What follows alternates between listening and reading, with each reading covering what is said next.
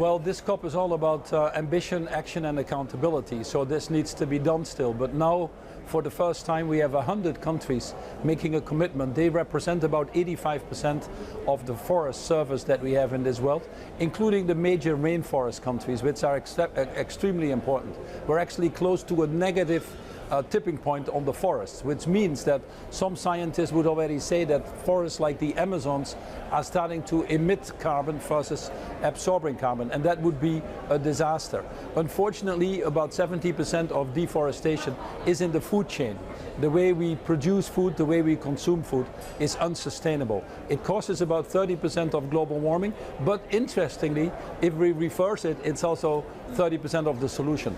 The cheapest option that we have, and frankly, the fastest option. And what you see with this declaration, which includes 100 countries now, is that they're starting to understand at this COP for the first time that nature-based solutions need to be at the center of these climate negotiations. It is not only an energy transition, it is a much broader thing, as we've seen with COVID, to be honest.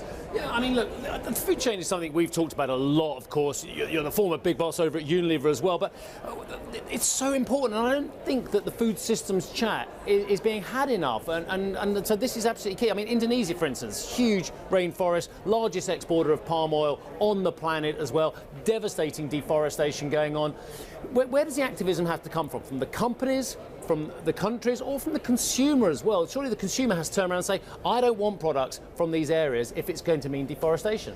So I had yesterday a meeting with President Jokowi and Pak Luhut from Indonesia, and the reality is already for 5 years Indonesian deforestation is going down quite rapidly.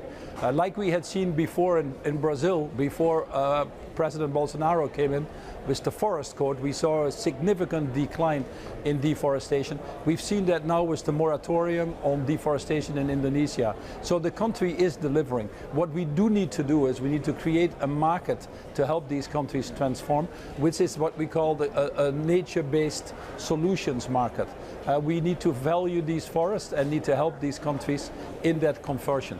If we can do that as part of this COP, and there are some commitments going on, then that's a big step forward.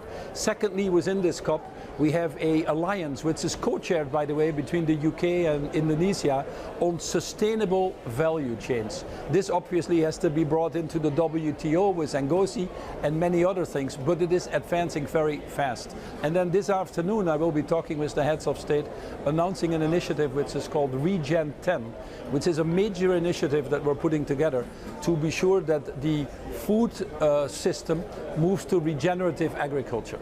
Right now we have 1/3 of our land is degraded. It's a carbon emitter the way we do it. 30–40% of the food is wasted. It actually is a scandal. If you come from Mars, you wouldn't call us the most intelligent species, if I may be honest.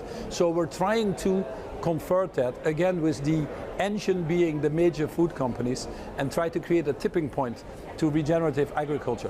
What is beautiful about that is that you would capture carbon in the soil again to enrich the soil, and the farmer can get rewarded for this carbon capture. So finally giving them also a chance to have a livelihood.